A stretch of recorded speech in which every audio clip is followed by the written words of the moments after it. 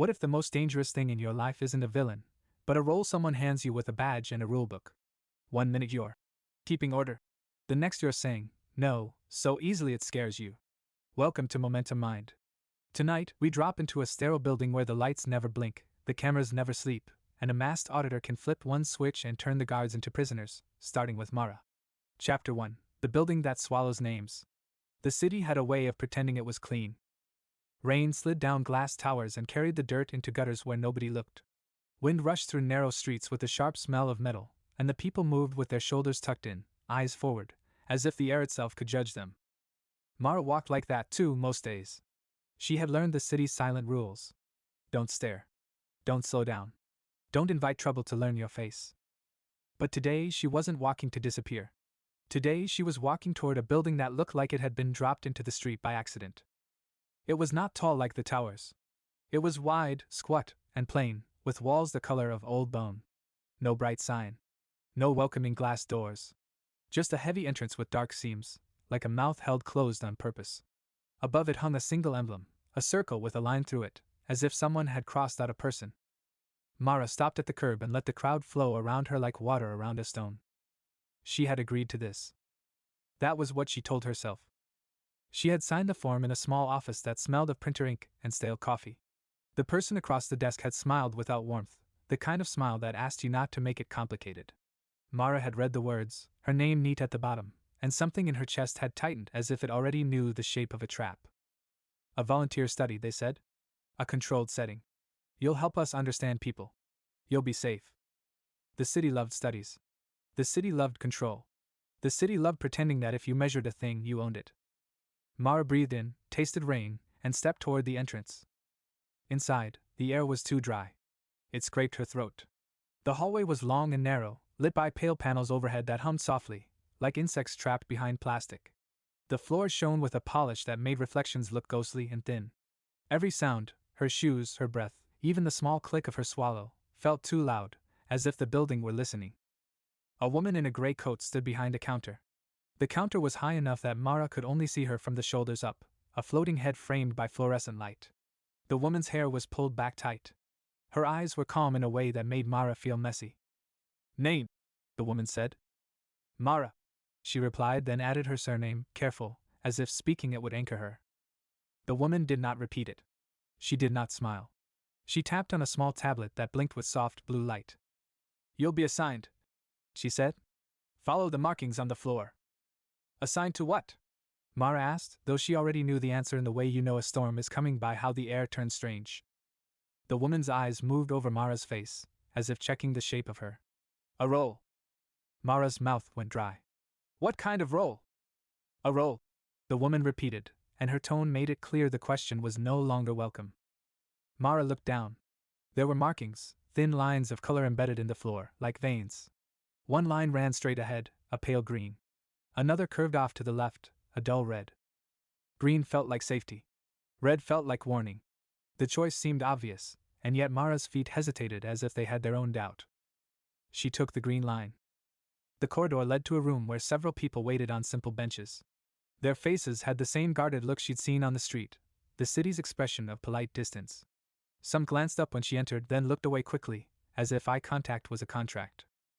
A man in a dark sweater sat hunched with his hands clasped between his knees. His fingers were stained with ink. A young woman in a bright scarf kept tapping her foot, fast, as if trying to outrun her own thoughts. Another person, older, with tired eyes, stared at the wall like it held a secret message. Mara sat at the end of the bench. The plastic seat was cold through her pants. A door across the room opened without a sound, sliding into the wall. A figure stepped out wearing a uniform that made Mara's stomach dip. The uniform was not military, not quite. It was simple, dark fabric, sharp seams, a collar that framed the throat like a restraint. A badge sat over the chest, not a name, just a symbol that matched the emblem outside. The figure was a man with close-cropped hair and a face that might have been kind in another setting. Here, his eyes carried the same calm as the woman at the counter. Calm like a closed door. Stand, he said. Everyone stood. Not slowly. Not with protest. Their bodies moved as if the word had pulled a string through them. Mara stood with them, heart thudding. The man walked along the line of people, looking at each face, pausing here and there. When he stopped in front of Mara, his gaze felt like a cold thumb pressing on her forehead. You, he said, then pointed. This way. Mara felt the bench behind her, the room, the other volunteers, all sliding away as if the building had shifted and she was on a moving platform. She followed him through the silent door. The hallway beyond was darker. The lighting panels were spaced farther apart, leaving pockets of shadow where the corners vanished. The air changed, too, cooler, with a faint smell of bleach. Where are we going? Mara asked, hating how small her voice sounded. To preparation, the man said. Preparation for what? He did not answer. His boots made no sound on the polished floor. That should have been impossible, and yet it happened. The building swallowed noise the way deep water swallowed light. They reached another door, this one thick, with a narrow window covered by a metal grid. The man tapped a code into a panel. A soft chime answered. The door opened. Inside was a room that felt like a changing room and a clinic had been forced to share the same skin. Metal lockers lined one wall. A row of sinks gleamed under harsh light. On a table sat folded bundles of cloth, uniforms, perhaps, and small plastic trays holding items that looked too ordinary to be frightening, clipboards, pens, strips of paper. 2 other staff members stood there. Both wore the same dark uniform. Neither wore a name. A woman with narrow eyes stepped forward. Remove your personal items, she said. Mara froze. My phone. Everything, the woman said. Mara's fingers went to her pocket by instinct, gripping the phone like a charm. She imagined the world outside the building, the rain, the street, her apartment with its uneven stack of books. She imagined the door of her apartment, locked, and how safe that felt compared to this bright, sterile room. I need it, Mara said. The woman's expression did not change. You won't. Something in the air sharpened. The 2 staff members shifted their weight in the same small movement, like dogs hearing a command. Mara's throat tightened. She reached into her pocket and placed the phone into a tray. The sound it made, plastic on plastic, was louder than it should have been. Then her keys. Her wallet. A small necklace she wore under her shirt, a thin chain she touched when she was nervous. She pulled it out and hesitated, then set it down too. As each item left her hands, she felt lighter and less real. Locker, the woman said, pointing. Mara opened a metal door. The locker smelled faintly of rust. She put the tray inside. When she closed it, the click echoed in her mind like a verdict. The woman picked up a strip of paper from the table. It was blank on one side and printed on the other with a code of letters and symbols. This is your identifier, she said. Mara took it. My identifier, she repeated, not sure why she did. Yes, the woman said. You will respond to it. Mara looked at the strip. It did not have her name. It did not even have a number she could claim as hers. It was a string of characters that felt like something stamped onto a box in a warehouse. The man who had led her here stepped closer, holding out a folded uniform. Change. Mara unfolded it. The fabric was coarse, a dull color that seemed designed to erase personality. It smelled of storage and disinfectant. She held it up and felt a sudden, sharp urge to laugh, not because it was funny, but because it was unreal. Like a costume in a play she hadn't agreed to audition for. Then she remembered the signed form, the city's love of studies, the calm eyes of the staff, and the laugh died in her chest. She went behind a thin partition that offered privacy without comfort. The air there was colder. She changed quickly, hands trembling. When she stepped back out, the uniform hung on her body with a stiff, unfamiliar weight. The woman with narrow eyes walked around her, inspecting seams, tugging at a sleeve, smoothing the collar, as if dressing a mannequin. Good, she said softly, and the softness was worse than sharpness. Now listen. In the next room, you will be given instructions. You will follow them. If you do, everything will go smoothly. And if I don't? Mara asked before she could stop herself. The woman smiled for the first time. It was not cruel. It was empty. Then you will learn what the building is for, she said. The thick door behind them opened on its own with a hiss. Beyond it, a long passage stretched forward, and far down the corridor, Mara saw another line on the floor. This one was red. The man gestured toward it.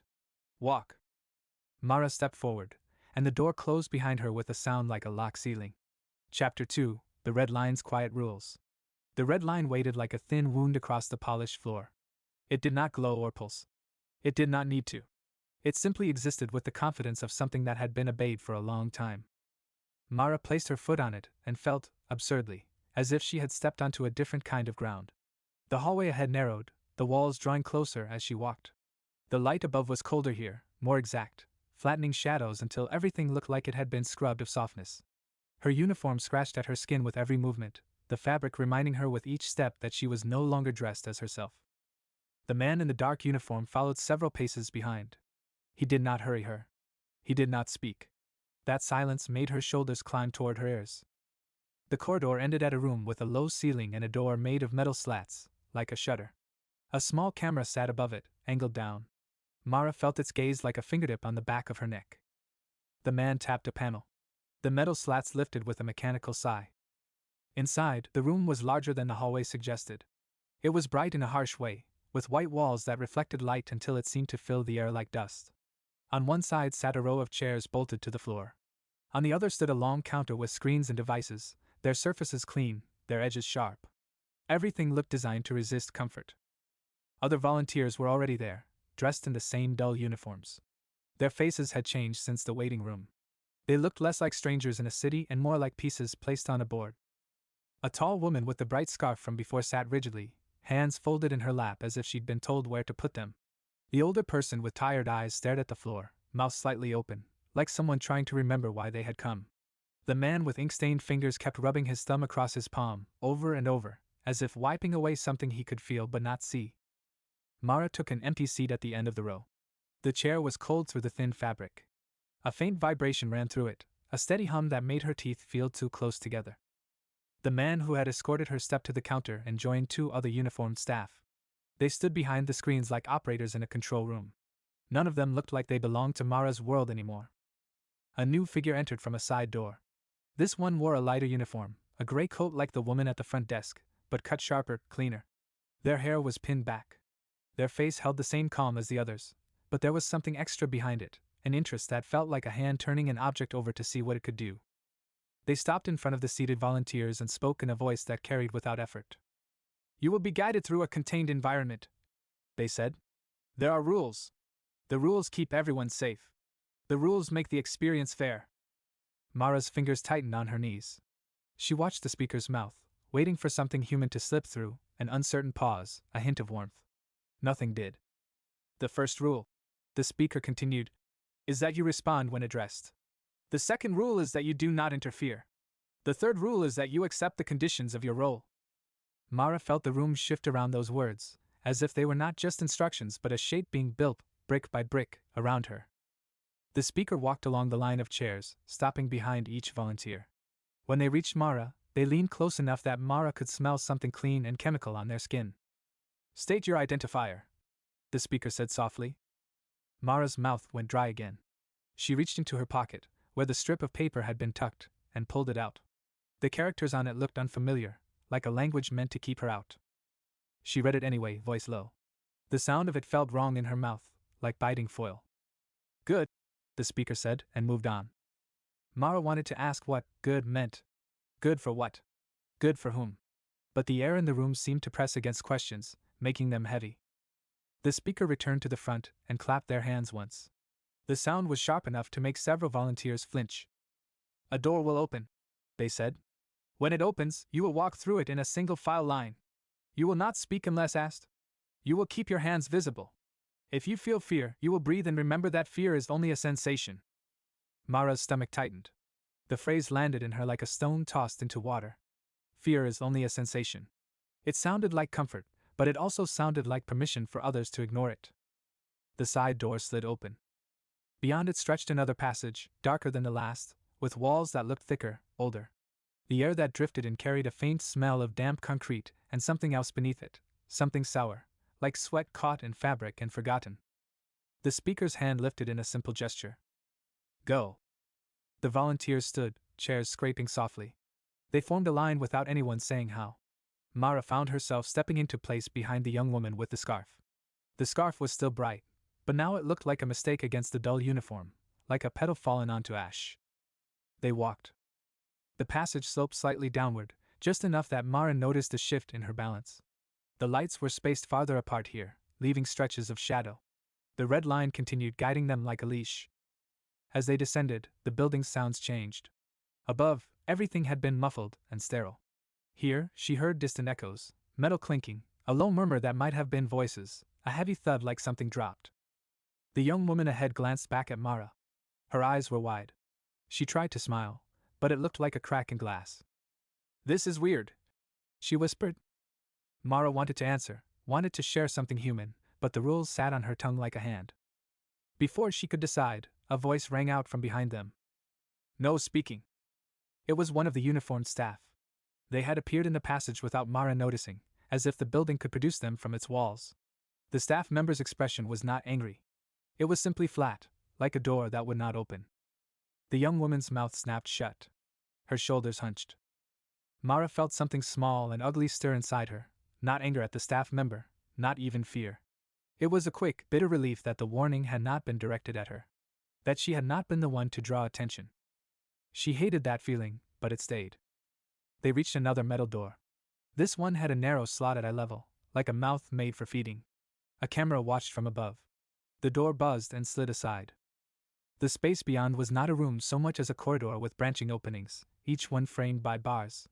The air was cooler and thick with a smell that made Mara's stomach turn. It smelled like bodies kept too close together, like breath trapped in stale corners. A new group of staff waited there, wearing darker uniforms than the ones upstairs. Their badges gleamed under the harsh light. They moved with a casual certainty, as if this place belonged to them. One of them stepped forward, a broad-shouldered person with close-cropped hair and a jaw clenched tight enough to show muscle. They looked at the line of volunteers the way a butcher might look at livestock, assessing, deciding. "Fresh," they said to no one in particular. Another staff member laughed softly. It was a small sound, but it scraped. The speaker in the gray coat appeared again, standing slightly apart, watching with that same careful interest. "You will be separated now," the speaker said. "Some of you will be placed in a monitored living area. Some of you will be placed in an oversight role." Mara's pulse jumped. Oversight role. The words sounded like safety. Like distance. Like power. The broad-shouldered staff member walked down the line, pointing at volunteers one by one. "You," they said, pointing at the older person. "That way." A door opened. The older person stumbled forward, swallowed by darkness. "You," the staff member said, pointing at the man with ink-stained fingers. "That way." Another door. Another swallow. Mara watched, heart hammering, and realized with a sick twist that she wanted to be pointed toward the place that seemed cleaner, brighter. She wanted to be kept away from whatever lay behind those barred openings. The staff member stopped in front of the young woman with the scarf. Their eyes flicked to the scarf, then up to her face. "You," they said, voice thick with something like satisfaction. "Living area." The young woman's lips parted as if she might protest, but no sound came. Two staff members took her by the elbows, not rough, not gentle, simply firm, and guided her through a door. She turned her head once, looking back at Mara as she disappeared. In that glance was a question so raw it made Mara's throat ache. "What do I do?" Mara did nothing. She stood still. The rules held her like invisible hands. The staff member moved on and stopped in front of Mara. For a moment, everything inside her paused, waiting for the direction that would shape the rest of her time in this place. The staff member's gaze traveled over Mara's face, down to her hands, back up. Their mouth twitched, almost a smile. "Oversight," they said. Mara exhaled a breath she hadn't realized she'd been holding. Relief surged through her so strongly it made her dizzy. She hated that too. Relief like a drug. The gray-coated speaker stepped closer, watching Mara with an expression that seemed almost pleased. "Follow," the speaker said. Mara walked after them down a side corridor that branched away from the barred openings. This hallway was cleaner, brighter. The air smelled less sour. Her shoulders loosened a fraction. The speaker led her to a room with lockers and a long bench. On the bench lay new items, a darker uniform jacket, a belt with pouches, a set of gloves, and a badge that caught the light like a small blade. Mara stared at the badge. It had the same symbol as the one outside, the circle with the line through it, but now the line looked less like a crossing out and more like a bar. "A marker of authority," the speaker said, as if reading Mara's thoughts. "It helps everyone understand your role." "My role?" Mara echoed, voice thin. "Yes," the speaker said. "You will maintain order. You will follow protocol. You will ensure compliance. You will not be harmed here, Mara, as long as you do your job." Mara flinched at her name. It was the first time someone had said it since she'd entered the building, and it sounded strange, like a word from another life. I thought we weren't using names, she said before she could stop herself. The speaker's eyes held hers. Names are for people, they said calmly. Roles are for this place. Mara's skin prickled. The speaker gestured to the items. Put them on. Mara hesitated. The jacket was heavier than her volunteer uniform, the fabric thicker, stiffer. The gloves looked tough enough to resist tearing. The belt had an empty holster and several loops for tools she didn't recognize. This is just a study, Mara whispered, more to herself than anyone else. The speaker's face did not change, but their voice softened, almost kind. A study is only as real as the people inside it, they said. And you are inside. Mara lifted the jacket with both hands. It was warm from the room's heat, and when she slid her arms into it, the weight settled onto her shoulders like a decision. She fastened the front. She clipped the belt around her waist. She slid the badge onto her chest and felt the cool metal press against her sternum.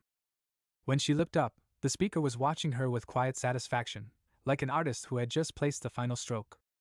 Good, the speaker said again. Now you will receive your first assignment. A door at the far end of the room opened. Beyond it, Mara saw a raised platform with a railing, overlooking the barred corridor she had passed through. From that height, she could see into the openings, cells, she realized, though nobody had used that word. She could see movement inside them. Figures in the same dull volunteer uniforms, some standing, some sitting on the floor, some pacing like trapped animals. One of them pressed their face to the bars, eyes searching. Mara's stomach lurched as she recognized the bright scarf in one of the shadows. The young woman was crouched near the back of a cell, arms around her knees, scarf twisted in her hands like a rope. The speaker placed a clipboard in Mara's hands. The paper on it was already filled with neat boxes and lines. At the top were words printed in hard, official letters. Protocol for maintaining order, it said. Mara's fingers tightened around the clipboard until her knuckles ached. What happens if someone doesn't comply? Mara asked, hearing the tremor in her own voice. The speaker leaned in, their breath cool near her ear. Then you will help them understand, they whispered. Mara stepped onto the platform. The railing was cold under her palms. Below, a dark uniformed staff member walked the corridor, tapping their baton lightly against the bars in a slow, rhythmic pattern. The sound traveled through the space like a heartbeat that wasn't human. In the nearest cell, a volunteer stood and raised a hand tentatively, as if in a classroom. Excuse me, the volunteer called. I need to use the bathroom. The dark uniformed staff member stopped, turned, and looked up toward the platform. Toward Mara. They lifted their baton and pointed it at the volunteer, then up at Mara again, a silent question. Mara felt every eye in the corridor tilt toward her, even the ones hidden in shadows. The building seemed to lean in with them. On her chest, the badge pressed cold and certain against her skin. And Mara realized, with a sudden sick clarity, that the first order here would not be spoken by the staff below. It would be spoken by her. Chapter 3, The Voice That Turns the Key. Mara stood at the railing with the clipboard held against her ribs as if it could stop her heart from running away. Below, the corridor lay like a long throat lined with barred mouths. The air tasted of bleach and damp concrete, and underneath it something older clung to everything, a sourness that seemed to come from fear itself. The volunteer in the nearest cell kept their hand raised. Their arm trembled. Their eyes had the careful look of someone trying not to anger an unseen animal. The dark uniformed staff member on the floor waited, baton angled upward, not impatient, not kind. Waiting like a machine waiting for input. Mara felt the building's attention gather on her. Cameras perched in corners with small glass eyes. The light panels hummed. Even the red line on the floor below seemed to point straight to her chest. Her badge felt heavier than metal. It felt like a label pressed into her skin. She looked down at the protocol sheet on the clipboard. Rows of boxes. Short phrases in hard, clean letters. No room for maybes. One line stood out because it sounded almost gentle, the way a trap can be gentle when it closes. Maintain order through consistent response. Another line colder. Requests are privileges. Her mouth went dry. The volunteer's voice rose again. Please. I really need. No, Mara heard herself say. The word fell off the platform and landed in the corridor with a small, sharp sound, like a coin dropped on tile. The volunteer froze. Their raised hands slowly lowered, as if the air had turned thick. The staff member below gave a short nod, satisfied. They tapped the bars once with the baton, lightly, almost playfully, and walked on. Mara stared at her own hands. Her fingers had tightened on the clipboard until the edge dug into her palm. Her skin tingled where the badge touched her sternum. She had chosen a word. It had changed someone's body. A strange panic rose in her. Not the panic of being in danger, but the panic of realizing she could be the danger. She looked along the corridor, searching for the young woman with the bright scarf. The scarf was easy to find even in shadow, like a flare in fog. The young woman sat against the back wall, knees pulled close, scarf twisted around her fist so tightly the fabric bunched and strained. Mara lifted a hand slightly, a small wave meant to say, "I see you." The young woman's eyes met hers for a heartbeat, then dropped. The wave did nothing. It was a gesture from the wrong side of the bars. A door opened behind Mara with a soft hiss. She turned. The gray-coated speaker stepped onto the platform, moving with the same calm, as if this were a theater and they had timed their entrance perfectly. Up close, the speaker's eyes looked almost warm, but the warmth felt practiced, like light painted onto a wall. "You handled that," the speaker said. Mara's throat tightened. "They needed the bathroom." The speaker's gaze followed Mara's down to the corridor. "They said they did?" Mara turned toward them. "So we deny it?" The speaker tilted their head. "We maintain the environment." "That's not an answer." "It is," the speaker replied, still calm. "It's just not the one you want." Mara felt anger flare, quick, hot. It surprised her. Anger at the speaker, at the corridor, at her own mouth for saying no so easily. "You told us fear is only a sensation," she said. "But you're building a place that makes fear into a tool." The speaker's smile appeared, small and smooth. "Tools are neutral." Mara gripped the railing. "People aren't." The speaker's eyes stayed on her face, unblinking. "Your concern is noted. Now focus on your role." "My role," Mara repeated, and heard how the words sounded like resignation. The speaker placed a hand on the railing beside Mara, close enough that Mara could feel the heat through the metal. "There will be challenges," the speaker said softly. "Some will test the volunteers. Some will test you." "I'm not doing this to hurt them," Mara said. "No," the speaker agreed, and the agreement felt like a knife disguised as kindness. "You're doing it to keep order." The speaker stepped away, leaving Mara alone with the corridor again.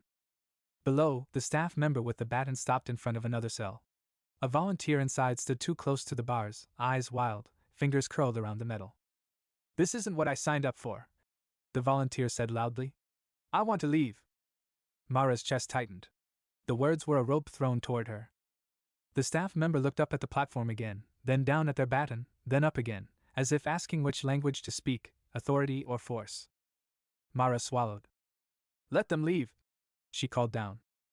The corridor held its breath. The staff member's jaw tightened. They did not move. A second staff member approached, darker uniform, heavier belt, eyes narrowed. They murmured something to the first staff member, then looked up at Mara with an expression that was almost amused. "You're new," the second staff member called. Their voice carried easily. "Protocol says no exits during active phase." Mara felt the camera's attention intensify, as if lenses could narrow like eyes. She lifted the clipboard, searching for the line, the phrase, something that would let her argue in the building's own language. "Active phase. No exits." "Then stop the phase," Mara said, trying to keep her voice steady. The second staff member's mouth curled. "That's above your badge." "Above your badge." The words landed like a shove. The volunteer behind the bars began to pound the metal with their fist. The sound rang down the corridor, fast and desperate. "Let me out!" they shouted. "Let me out!" The first staff member lifted the baton, not striking, just raising it so the volunteer could see. The volunteer flinched back, breath ragged, then surged forward again, driven by panic. Mara's heart hammered. "Don't," she said sharply, not sure who she was speaking to. The first staff member paused, baton hovering. The second staff member looked up at Mara with a lazy patience. "Then give an order," they said. "Make them comply." Mara's mouth opened and closed. She could feel the building's expectation like pressure behind her eyes. She could feel the volunteers' fear below like heat rising. Make them comply. Maintain order. Consistent response. Mara leaned forward over the railing. "Stop," she called to the volunteer, forcing firmness into her voice. "Step back from the bars." The volunteer stared up at her, eyes shining, face flushed. "You're supposed to help," they said, voice breaking. "You're supposed to." "Step back," Mara repeated, harder now, because she could sense the staff below waiting for her to fail so they could step in. The volunteer's chest heaved. For a moment, Mara thought they would lunge again, that the baton would swing, that this would become irreversible.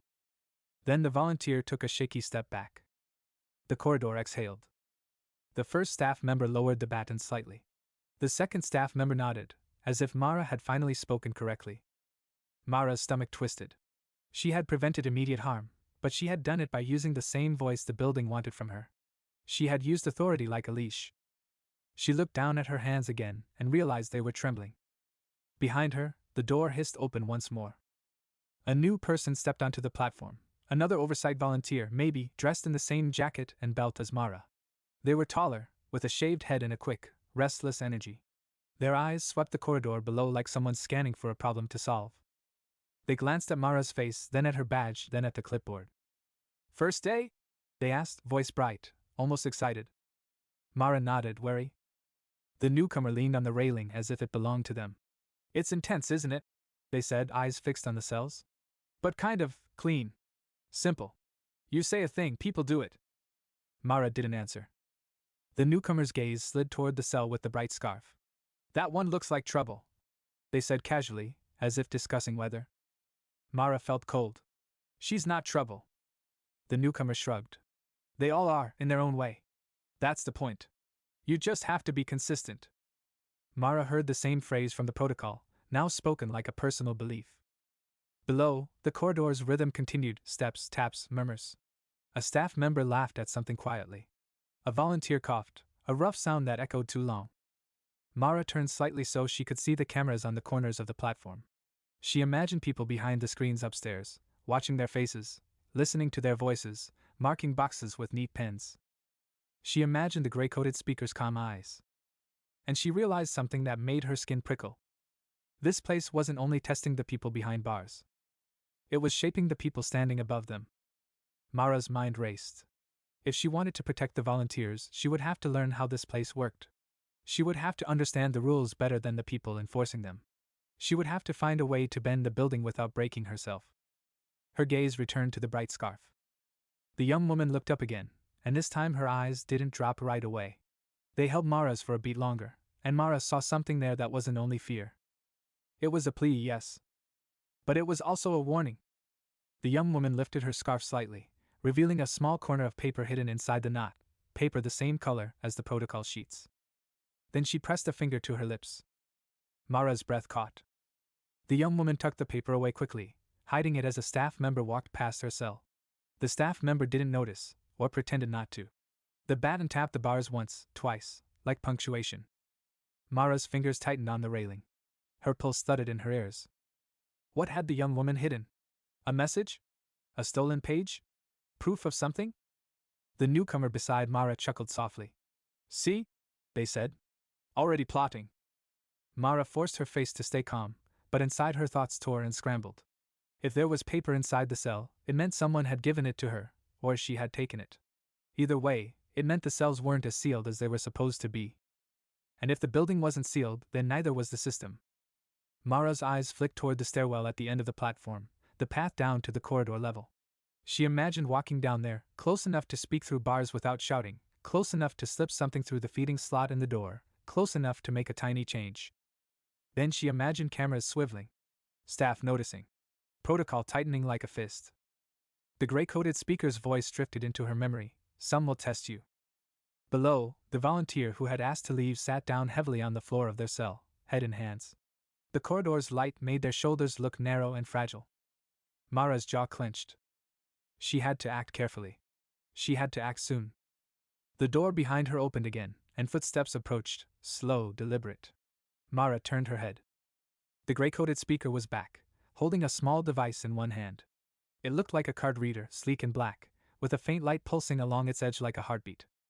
"We're introducing a new tool for oversight," the speaker said, voice smooth, "to help you maintain consistency." They held the device out toward Mara.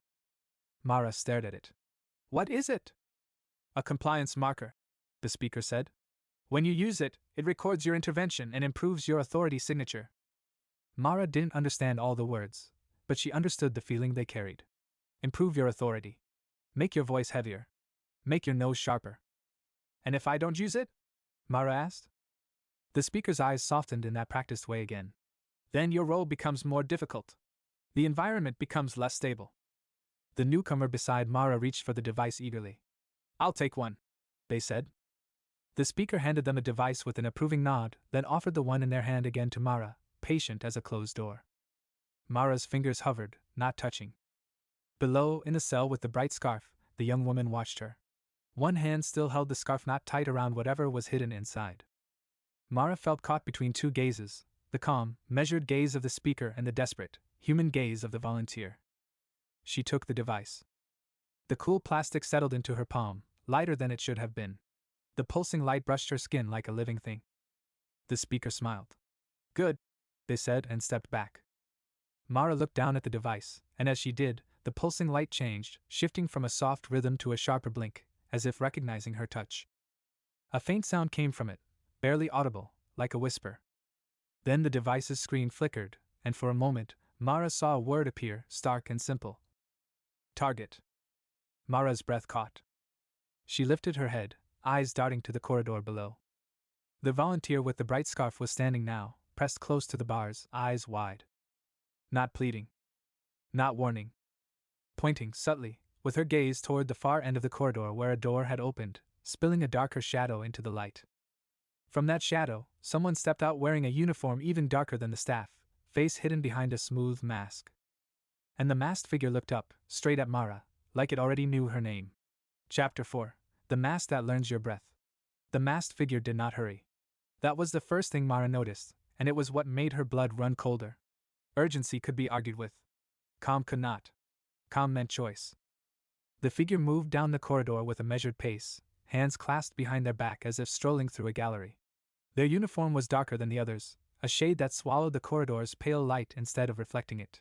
Where a badge should have been, there was only a blank plate, matte and empty. The mask was smooth, pale, and featureless except for narrow slits at the eyes and a thin seam where a mouth might be. It looked less like protection and more like erasure. Like someone had decided faces were too human for this place. Mara's fingers tightened around the compliance marker in her hand. The device pulsed sharply now, the light on its edge flicking like a nervous eyelid. On the small screen, the word remained. Target. She didn't know whether it meant the masked figure was a target, or whether she was. The newcomer beside her leaned forward over the railing, excitement sharpening their voice. Oh, that's new, they murmured. We didn't have those when I turd. Turd, Mara echoed, and the word made her stomach twist. As if this were an exhibit and not a trap. The gray-coated speaker stepped onto the platform again, as if summoned by the masked presence. Their calm did not change, but something in their posture straightened, like a subordinate aware of a superior nearby.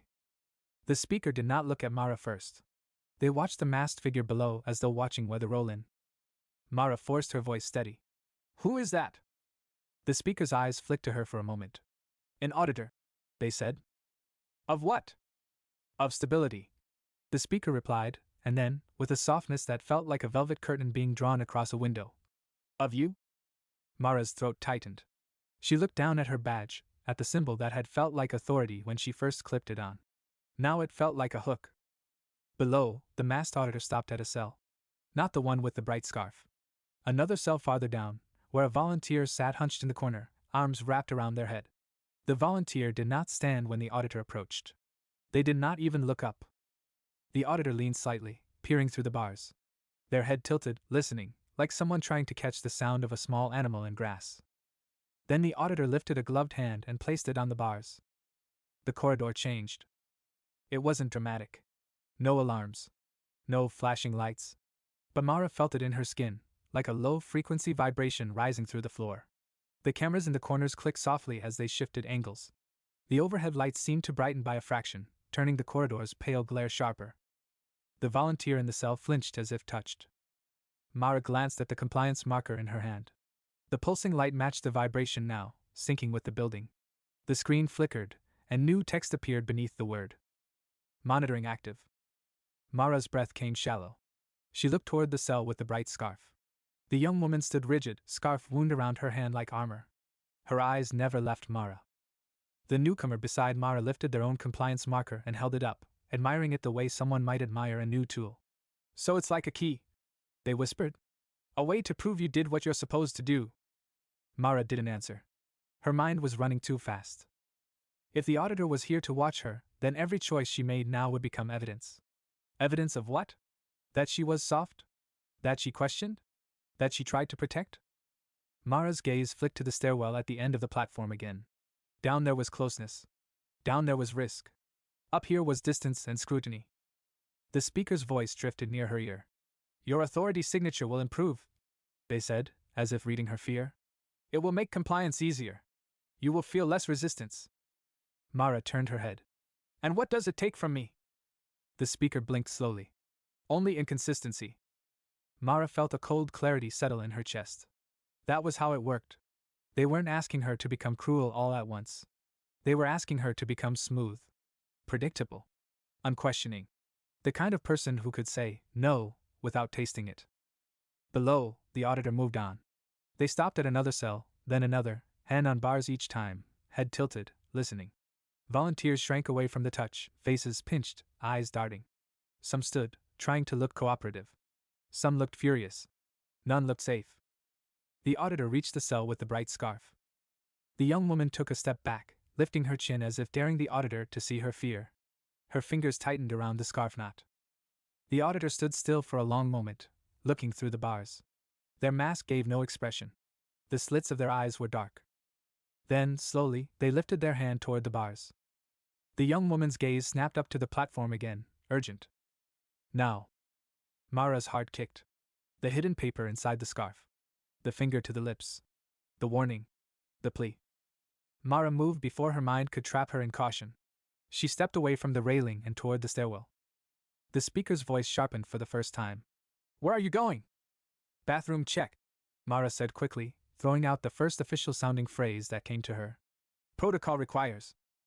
The speaker's eyes narrowed slightly. It does not. Mara didn't stop. She forced herself to keep walking at a steady pace, not running, not hesitating, the way staff walked. The way the building respected. The newcomer watched her go with a curious smile, then leaned back on the railing, apparently content to stay above and observe. Mara descended the stairwell. Each step rang faintly, a dull metal sound swallowed quickly by the corridor's stale air. Halfway down, she felt the camera at the landing track her. She kept her face blank, her posture firm, as if she belonged. At the bottom, the corridor's smell hit her harder. Sweat, damp, disinfectant. The air was thicker here, filled with the small sounds of breathing and shuffling. Voices murmured from cells, low and tense. Someone sobbed softly somewhere down the line, trying to make it quiet enough not to be punished. The masked auditor stood near the bright scarf cell. Their hand hovered inches from the bars. Mara approached, boots quieter than she expected. She held the compliance marker at her side, its light pulsing like a nervous heart. One of the dark uniformed staff members noticed her and straightened. Oversight, they said, tone mixed with surprise and irritation. Stay on the platform. Mara didn't look at them. She kept her eyes on the auditor. I'm assigned to monitor stability, she said, borrowing the speaker's word like stolen currency. I need to observe up close. The staff member's mouth tightened, but they didn't challenge her directly. The auditor was here, and everyone could feel the hierarchy shift around that mask. The auditor's head turned slightly toward Mara. Not fully, just enough that Mara knew they had registered her presence. The air seemed to tighten. Mara stopped a few steps away from the bright scarf cell. She could see the young woman's face clearly now, jaw clenched, eyes bright with fear and stubbornness. Her scarf was wrapped so tightly around her fist that her knuckles were white. The auditor's gloved hand settled onto the bars. The young woman flinched hard, as if the touch had gone through metal and skin alike. Her breath hitched. Her eyes widened. Mara felt her own compliance marker buzz faintly in her palm, syncing with something the auditor had triggered. The building's hum deepened, like a throat clearing. The auditor leaned closer to the bars. The seam where the mask's mouth would be angled toward the young woman, as if whispering without sound. The young woman's lips parted. Her voice came out rough. Stop, she said, but it sounded like a plea to an empty sky. Mara's heart pounded so hard it made her vision pulse. She raised her compliance marker, not sure what she was doing, only knowing she had to interrupt whatever this was. What is this? Mara demanded, voice louder than she intended. The auditor's head turned fully toward her now. Through the eye slits, she saw darkness and a faint reflection of corridor light. The auditor lifted their own device, sleeker than hers, thinner, with a screen that did not flicker but glowed steadily like a quiet threat. They held it up between them. Their voice came through a speaker on the mask, filtered, smooth, and oddly intimate, as if it had been tuned to sound close to your ear. Calibration, the auditor said. We listen to the environment through you. Mara's mouth went dry. Through me? Your breath, the auditor said. Your heart rate. Your hesitation. Your voice when you give an order. Your voice when you refuse. Mara felt suddenly exposed, like her skin had become transparent. The young woman in the cell stared at Mara, eyes wide with a terrible understanding. She lifted her scarf slightly again, just enough to show the hidden paper corner. It was smeared now, damp from sweat or tears. Mara's gaze flicked to the staff member nearby. They were watching, but not intervening, waiting to see which way the power would tilt. Mara took a step closer to the bars, lowering her voice. She's not stable, she said, trying to keep her tone official. She's panicking. You're making it worse. The auditor's mask angled, as if smiling without a mouth. Stability is not comfort, they said. Stability is obedience. Mara felt anger flare again, hot enough to cut through fear. That's not stability, she snapped. That's submission. The auditor's device beeped softly. Mara's compliance marker buzzed in answer, like a leash tugging. On the auditor's screen, a word flashed briefly. Mara couldn't read it fully, but she saw enough to feel cold. Deviation. The auditor lifted their gloved hand from the bars and, with a slow, deliberate motion, touched their own badge plate, blank, matte, featureless.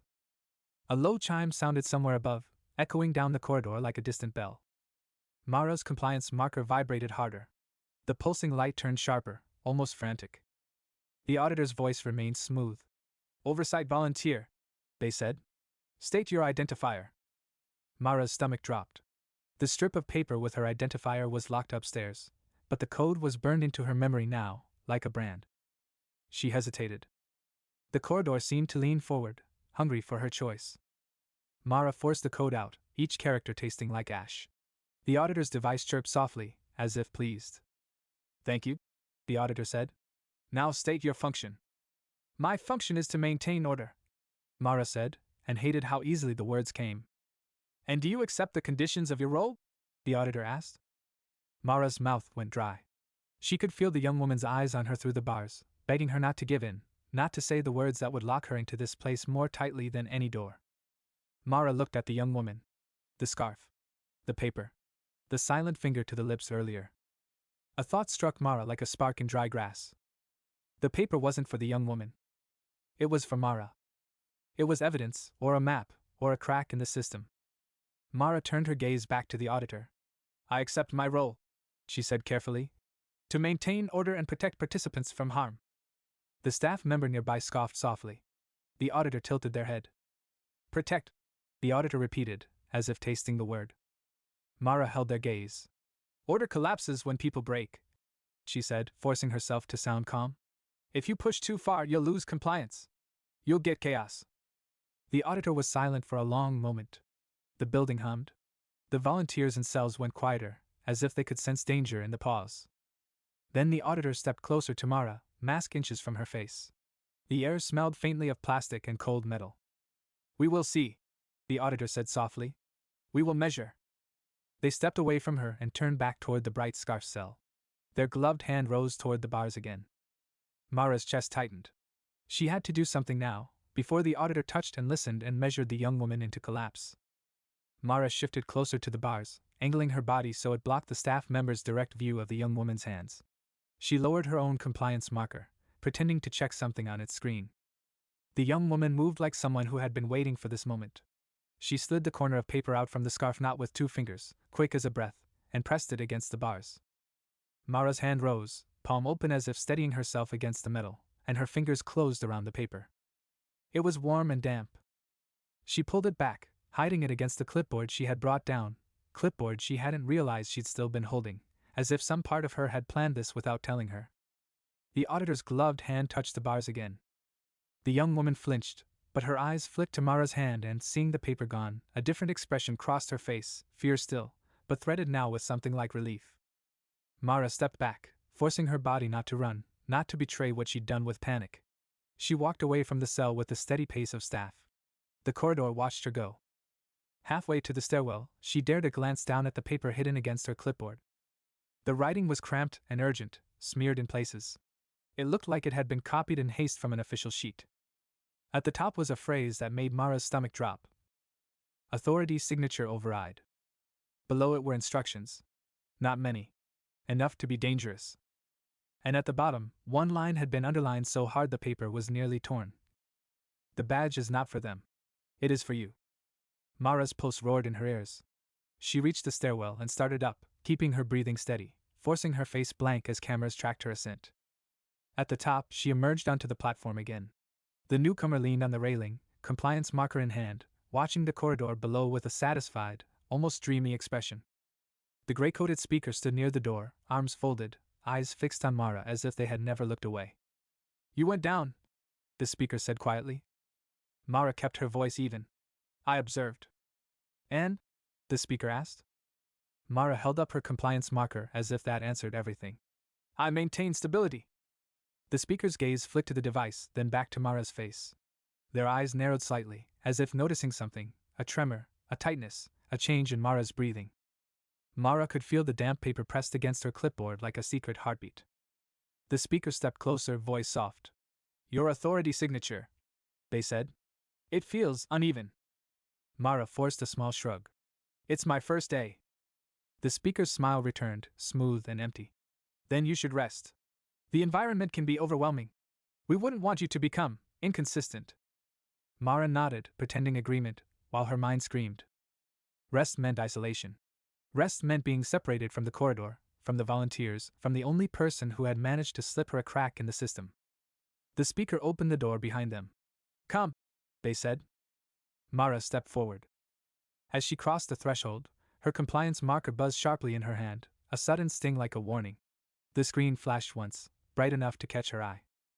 Target updated. Then the screen went dark. The door slid shut behind her with a soft, final sound. And in the silence of the hallway beyond, Mara realized she could no longer hear the corridor at all. No taps, no murmurs, no sobs. Only her own breath. And somewhere ahead, the building's quiet waited, ready to learn it. Chapter 5, The Room That Smiles Back. The hallway beyond the platform felt wrong in a way Mara couldn't name at first. The air was cleaner, the lights softer, the walls less bare. That should have been relief. Instead, it made her skin prickle, as if the building had changed masks and was trying on kindness. The gray-coated speaker walked ahead, footsteps measured. Mara followed at a careful distance, clipboard held against her side, the damp paper hidden between board and chest like a secret pressed to her ribs. Her compliance marker had gone dark, but it still felt alive in her palm. Every so often it gave a faint, almost imperceptible pulse, as if listening. They passed doors with small windows set high, too high for most people to look through without stretching. Behind one window, Mara caught a glimpse of a room full of screens, blue light glimmering like a shallow sea. Behind another, she saw a row of chairs and a single bright lamp aimed at one of them, as if waiting for someone to sit and be questioned. The speaker stopped at a door without a window. The door looked ordinary, painted the same dull tone as the walls. Only the handle gave it away, sleek, new, the kind of handle you'd find on a high-security cabinet. The speaker placed their palm against the panel beside it. A soft chime answered. The door opened inward. Inside, the speaker said. Mara stepped through. The room was warm. Warm enough to feel like an embrace, and that made it suspicious. The light was amber, not harsh white. A couch sat against one wall, cushions plump and inviting. A small table held a glass pitcher of water and a cup. A thin blanket was folded neatly on the couch, like a promise. The walls were painted a pale color that could have been comforting in a home, but here it felt like camouflage. There were no obvious cameras, no blinking lights, no screens. Just calm. The door clicked shut behind her. Mara turned. The speaker remained on the other side, visible through a narrow strip of reinforced glass in the doorframe she hadn't noticed until now.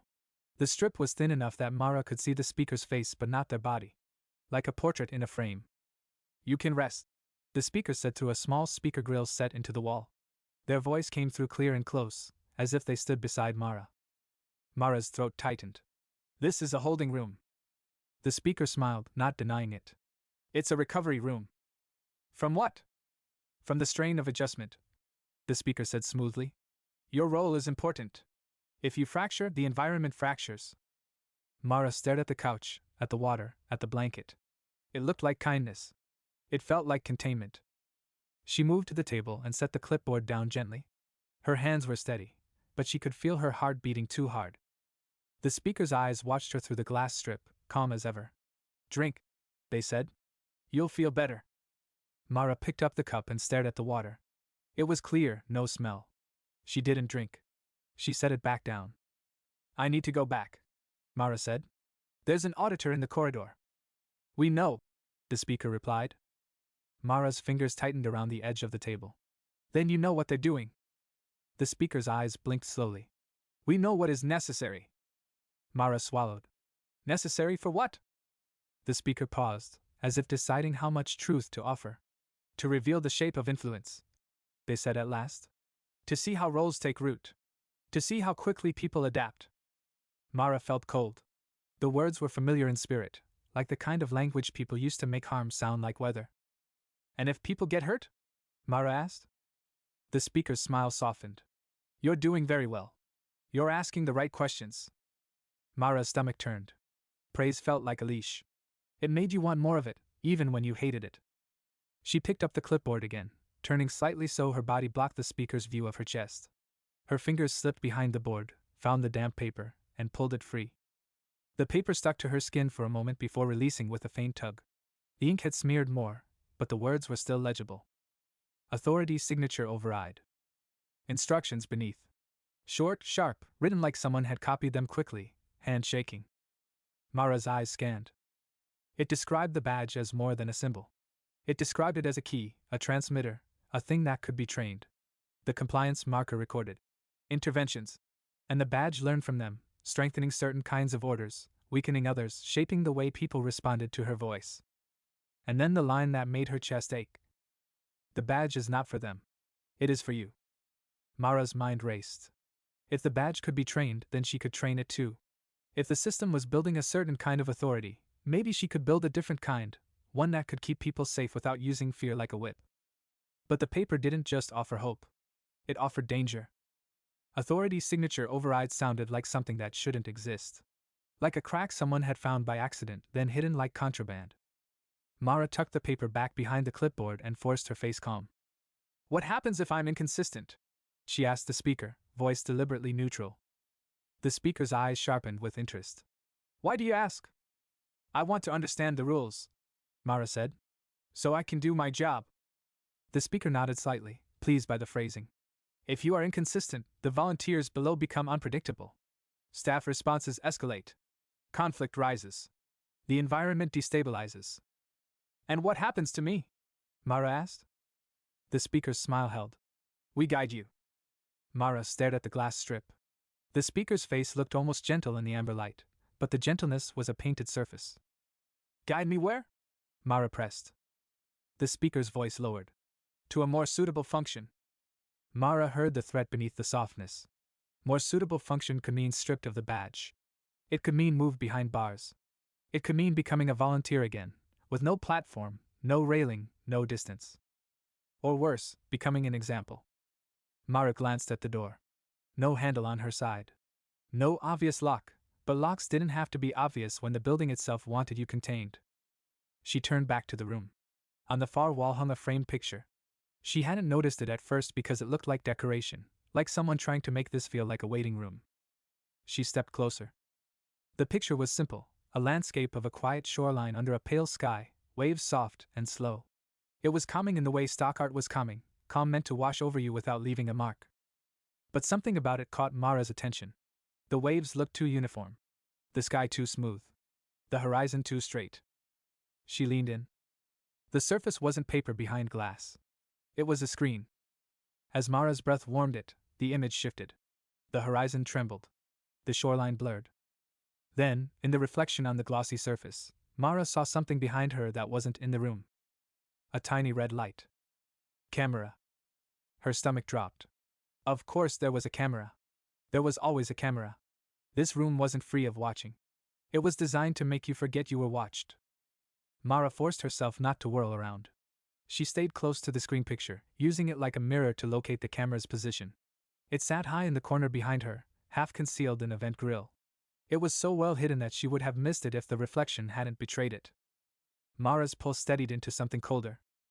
If she was being watched, then she had to perform. She crossed to the couch and sat, shoulders slumping slightly as if exhaustion had finally reached her. She let her face look tired, her eyes unfocused. She picked up the cup, took a small sip of water, then set it down. She wrapped the blanket around her shoulders as if seeking comfort. The speaker watched through the glass strip. Their expressions softened, satisfied. Yes, the speaker murmured through the grill. Rest. Mara waited, listening. At first there was only the hum of ventilation, the soft buzz of the lights. Then, faintly, she heard something else, a quiet clicking sound that came in a repeating pattern, like a device cycling. It was not loud enough to be heard easily, but now that she was still, she could catch it. Click. Pause. Click, click. Pause. It sounded like a lock testing itself. Mara's gaze moved to the panel beside the door, the one the speaker had touched.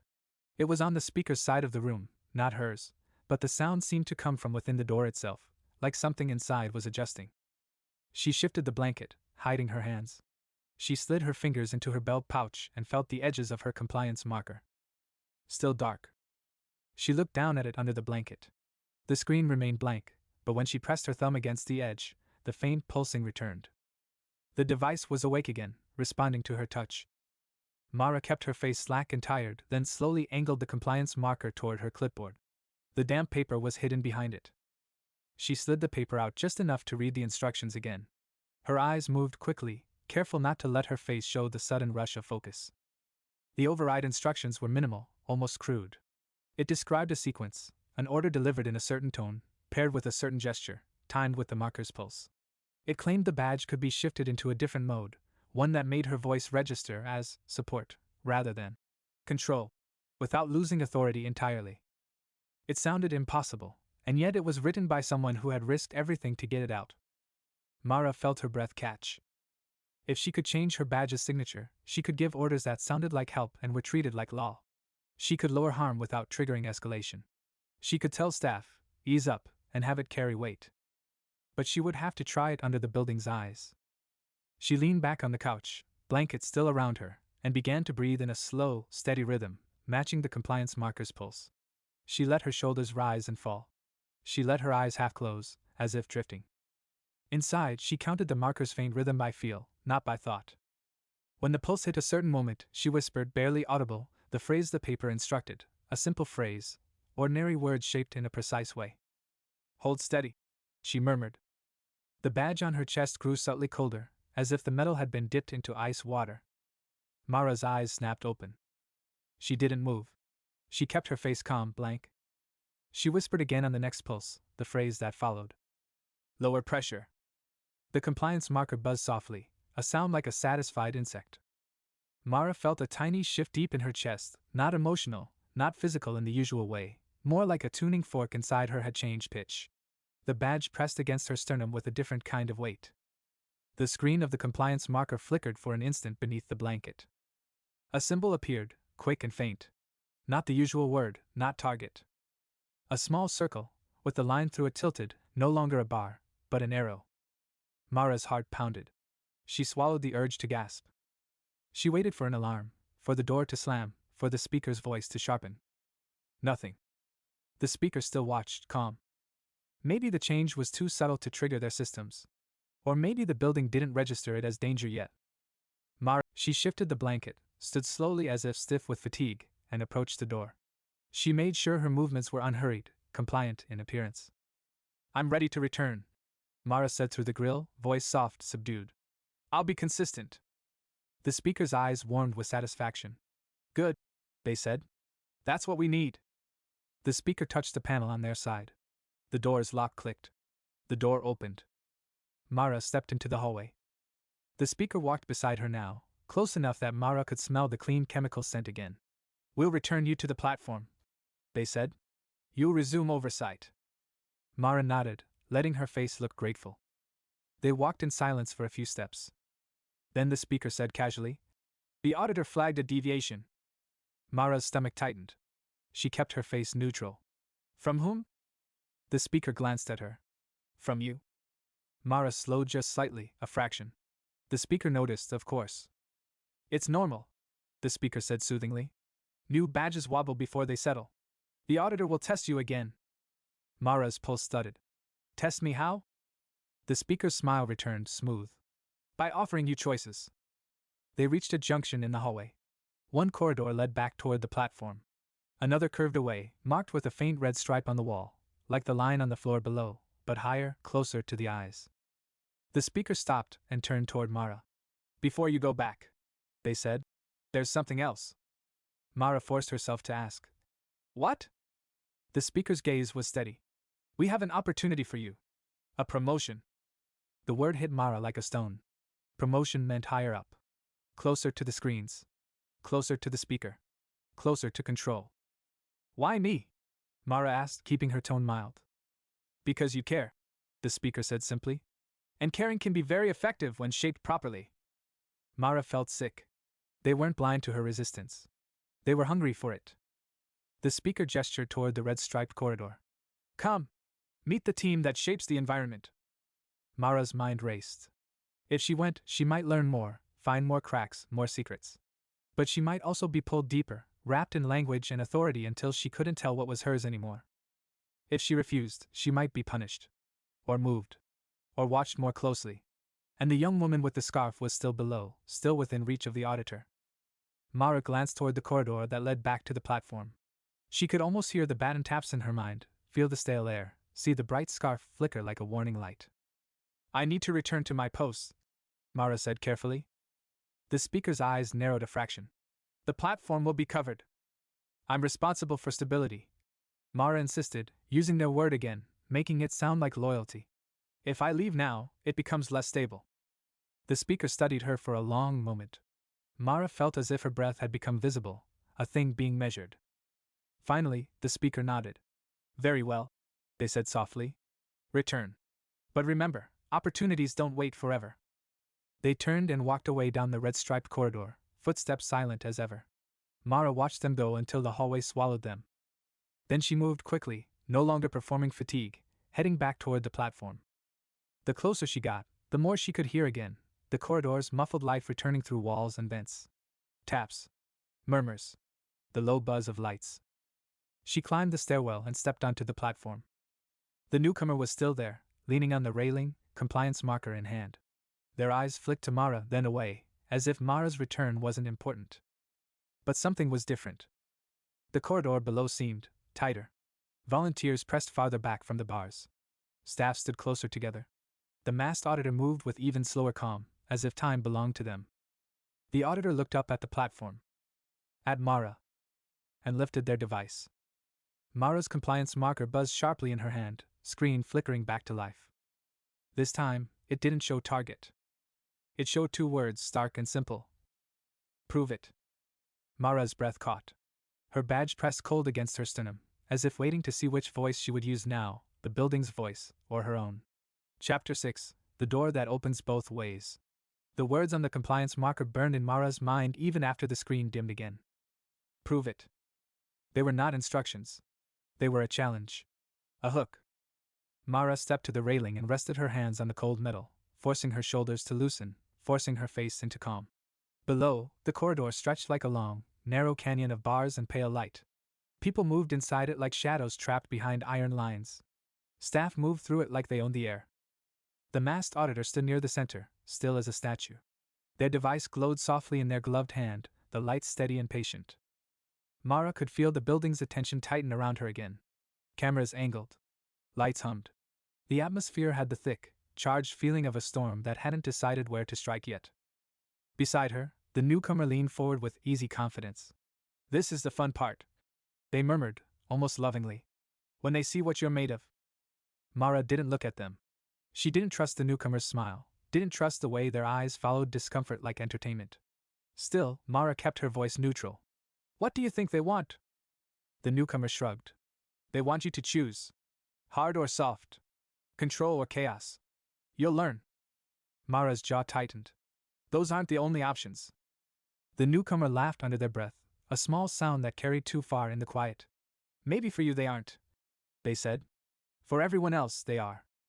Below, a volunteer in one of the nearer cells stood with both hands gripping the bars. Their face was gaunt under the corridor light, eyes red-rimmed. When they spoke, their voice came out hoarse. We're thirsty, they called. Please. Just water. The request was simple enough to sound harmless. But Mara could feel the trap hidden inside it. If she granted it, she might be seen as inconsistent with the building's pressure. If she denied it, she would press people closer to desperation. Either way, a choice recorded. The staff member nearest that cell looked up toward the platform, baton held loosely, waiting for Mara to decide. Their expression was unreadable, but their body was ready. The masked auditor lifted their heads slightly, as if listening to the air between Mara and the bars. Mara's throat tightened. She could still feel the badge's shift from earlier, subtle but real, like a different current running under her skin. If the override worked, this was the moment to use it. She took a slow breath, and on the exhale she let her voice drop into a steady tone, not sharp, not pleading. She spoke as if she were setting something down on a table, firm and careful. "Water will be provided," Mara said, voice carrying. "In a controlled way." The volunteer's shoulders sagged with relief. The staff member below blinked, then glanced down the corridor toward another staff member, as if checking whether they'd heard correctly. Mara kept going, because the paper's warning lived in her chest. Consistency mattered. The building punished wobble, not mercy. "Staff," Mara called, using the word like an anchor. "Prepare cups. One at a time. No crowding at the bars." She expected resistance. She expected the staff to ignore her or challenge her. Instead, the staff member below straightened. Their posture shifted as if pulled by a string. They nodded once, sharply, and moved. Mara felt a small jolt in her chest, like the badge had hummed. Her compliance marker buzzed faintly in her hand, approving. The newcomer beside her raised their eyebrows. "Huh," they whispered. "You can actually get them to do that?" Mara didn't answer. Her attention was locked on the masked auditor. The auditor remained still. They didn't intervene. They didn't correct. They didn't approve. They simply watched. A staff member returned with a plastic jug and a stack of cups.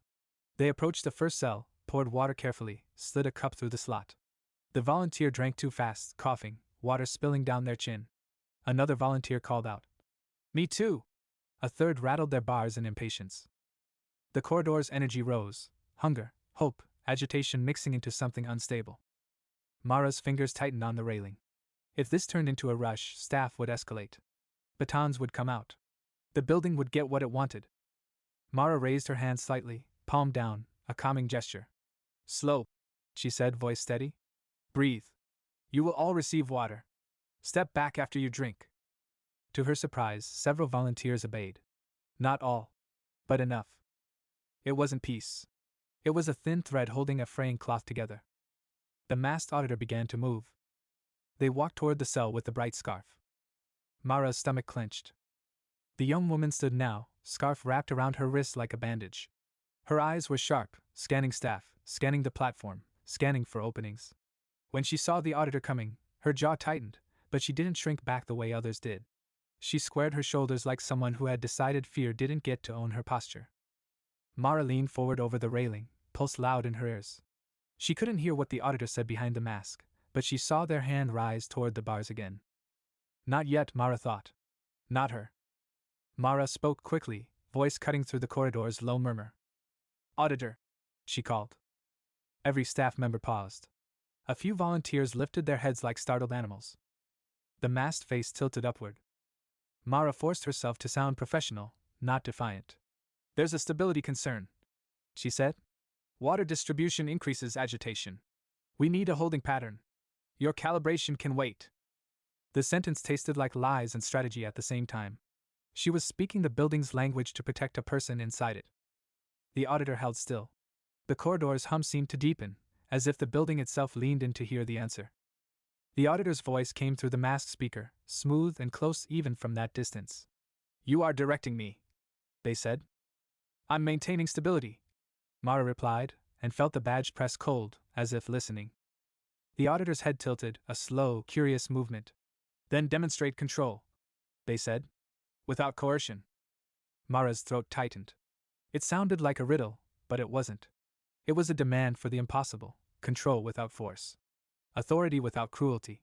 Order without fear. "Prove it." Mara's mind flashed to the paper's underlined line. "The badge is not for them. It is for you." If the badge truly shaped her, then proving it meant proving she could stay herself while the system tried to turn her into a tool. Below, a volunteer near the far end of the corridor suddenly shouted, "They're lying!" The voice cracked with panic. "They're not giving it to everyone." Another volunteer joined in. We've been here too long. A third began to pound their bars. The sound rang sharp and ugly, spreading like a spark. Other fists joined, a sudden chorus of metal rattling and desperate voices. Staff stiffened. Batons lifted slightly. A familiar tension threaded through the air, the moment right before escalation. Mara felt the urge to shout, to slam down a hard order. Her mouth wanted to form the easy words the building liked: stop. Step back. Silence. But she remembered how those words had felt the first time she used them. How quickly they changed people's bodies. How quickly they changed hers. She took a breath and spoke again, slower, deeper, not louder. I hear you, Mara said. The phrase was simple, and it wasn't in the protocol sheet. It wasn't about privilege or compliance. It was about recognition. Some of the pounding slowed, confusion threading through the rage. People paused as if they'd expected a wall and instead found a door. Mara continued, voice steady as a hand held out in the dark. You will get water. You will get air. You will not be punished for asking. But you will be punished for hurting each other. Step back from the bars. Give space. Help the person next to you breathe. It wasn't a command dressed as kindness. It was an invitation shaped like authority. A few volunteers blinked, startled. One of them, thin, shaking, turned to the person beside them and put a hand on their shoulder, grounding them. Another backed away from the bars, chest heaving, eyes still wild but softer around the edges. The pounding did not stop completely. But it broke into uneven pockets instead of a wave. The spark didn't become a fire. Staff lowered their batons slightly, watching Mara now instead of the volunteers, as if waiting for her to fail. The masked auditor remained still. Their device glowed. Their head tilted as if listening to Mara's breath, to the rhythm of her words. Mara's compliance marker buzzed in her hand, and when she glanced down, she saw the screen flicker. A new symbol appeared, the circle and line again, but the line had shifted into that arrow-like slant. Beneath it, a word flashed briefly. Assist. Mara's breath caught. She looked down at the corridor again. Staff were moving differently. Less like they were waiting to strike, more like they were waiting to follow. The shift was subtle, but real. The badge override, whatever it truly was, had changed something. Not the building. Her. And through her, the small currents of the corridor. The newcomer beside her stared down with a frown, as if the scene wasn't satisfying anymore. You're making it weird, they muttered. They're supposed to learn. Mara didn't look at them. They are learning, she said quietly. Just not what you want. The masked auditor finally moved again. They stepped away from the bright scarf cell and began walking toward the stairwell leading up to the platform. Mara's stomach tightened. They were coming for her. The staff below parted slightly to let the auditor pass, respectful, wary. Volunteers watched the masked figure with silent fear, the way prey watches a predator that has decided to change direction. The auditor reached the base of the stairwell and began climbing, step by slow step, as if savoring the ascent. Mara forced herself not to retreat. She stood at the railing, hands visible, posture steady. The newcomer shifted back from the railing a fraction, suddenly less confident. They said, voice smaller. They don't usually come up here. Mara didn't answer. Her focus narrowed to the stairwell entrance. The auditor emerged onto the platform. Up close, the mask looked even more inhuman. Its surface was too smooth, too clean, like a blank wall you could never read. The eye slits revealed almost nothing. The voice that came through its speaker was still smooth, still intimate. Oversight volunteer, the auditor said. You performed. Mara kept her face calm. I maintained stability. You reduced escalation, the auditor said. Without overt punishment. Mara nodded slightly. She didn't trust praise. Praise was bait. The auditor stepped closer. Their device glowed steadily. No, they said softly. We measure the cost. The compliance marker in Mara's hand buzzed sharply. Her badge went colder. Mara's throat tightened. What cost? The auditor tilted their head. Your authority signature shifted. It is not settling into the expected profile. Mara forced her voice even. It's effective. Effectiveness is not the only requirement, the auditor replied. Predictability is. Mara felt anger rise again, hot and bitter. Predictability for whom? For the environment, the auditor said, as if that answered everything. The auditor lifted their device toward Mara's chest. Not touching her, just close enough that Mara felt the air between them tighten. The device emitted a faint tone, like a tuning fork struck gently. Mara's badge responded with a cold pressure that made her skin prickle. The auditor's voice softened even more. Tell me, they said. Do you believe you are protecting them? Mara hesitated. Words mattered here. Belief could be used as evidence. I'm preventing harm, Mara said. The auditor's device hummed again. And if preventing harm requires you to disobey protocol? Mara's heart thudded. She glanced through the railing down at the corridor. The bright scarf was visible in the cell below, the young woman watching the platform with wide, alert eyes. Waiting. Hoping. Afraid. Mara looked back at the mask. Then the protocol is wrong, she said quietly. Silence fell over the platform. Even the newcomers seemed to stop breathing. The auditor held still for a long moment. Then their device beeped softly. Mara's compliance marker buzzed in reply, but not in approval this time. It felt like a warning sting. The auditor lowered their device slightly. Thank you, they said. The words were polite, almost gentle. That was what made Mara's stomach drop. Why are you thanking me? Mara asked. The auditor's head tilted. Because you answered honestly, they said. Now we can proceed. Proceed with what? Mara demanded, the steadiness in her voice beginning to crack. The auditor turned their masked face toward the corridor below and spoke, not to Mara, but to the building, as if the building were a person listening through the walls. Initiate role reversal, the auditor said. A low chime echoed from somewhere deep inside the building. It rolled through the platform floor, through the railings, through Mara's bones.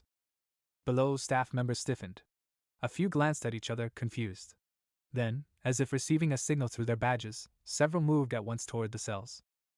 The newcomer beside Mara jolted. Wait, what? Mara's chest went cold. What did you do? She snapped at the auditor. The auditor's voice remained smooth. A new condition, they said. You said the protocol is wrong.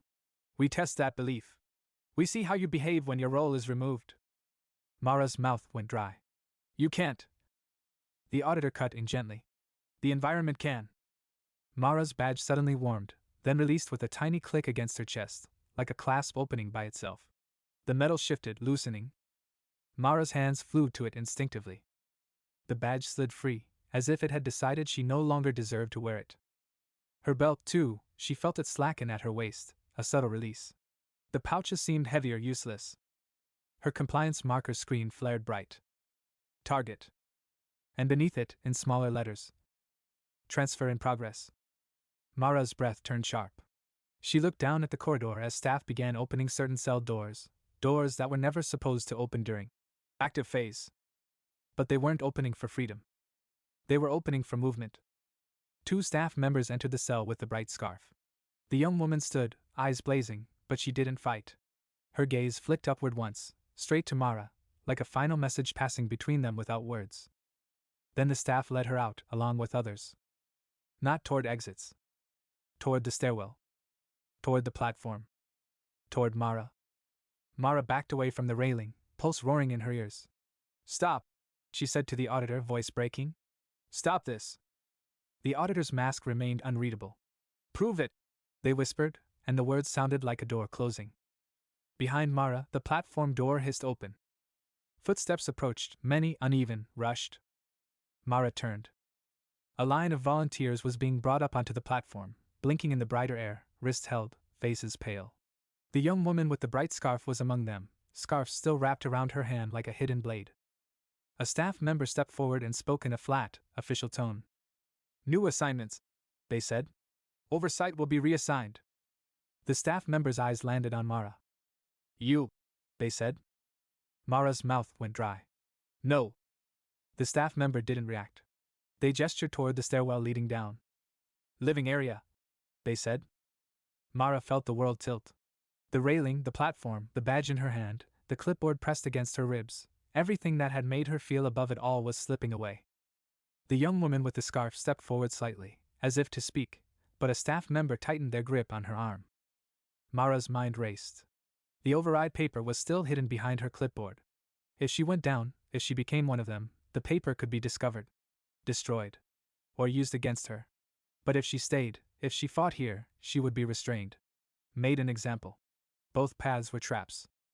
She looked at the auditor. The mask turned toward her, and for the first time, Mara thought she saw something like curiosity behind the slits. Not emotion. Interest. Like a scientist watching a specimen twitch. Mara's fingers tightened on the compliance marker. She could feel the pulse inside it like a heartbeat not her own. Then she made a choice that felt like stepping off a cliff. She lifted her chin, walked to the railing again, and looked down into the corridor as if she still belonged on the platform. She raised her voice, calm and clear. "Everyone," Mara called, voice ringing across bars and concrete. "Listen. Step back from the doors. Breathe. Do not fight each other. Stay together." Some volunteers below looked up, startled. Some staff glanced around, confused by her tone, still authoritative, even without the badge. The staff member beside Mara grabbed her arm. "Move!" they hissed. Mara didn't resist yet. She let herself be turned toward the stairwell. But as she walked, she kept speaking, threading her words into the air like a rope. "Remember your names," she said. "Say them in your head if you have to. Don't let this place take them from you." The staff member yanked harder.